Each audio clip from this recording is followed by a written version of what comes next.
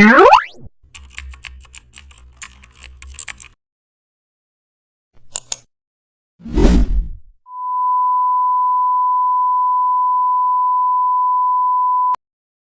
back to the channel, and don't forget to like, share and subscribe for more updates.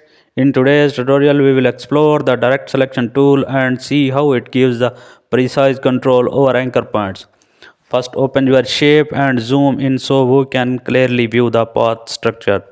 Now select the direct selection tool to active individual anchor points. As you click on a portrait, notice how the handles instantly appear.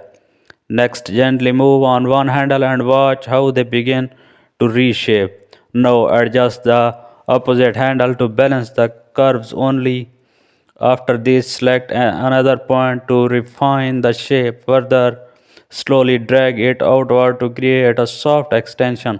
Once done, shift to the nearby segment for smoother transition.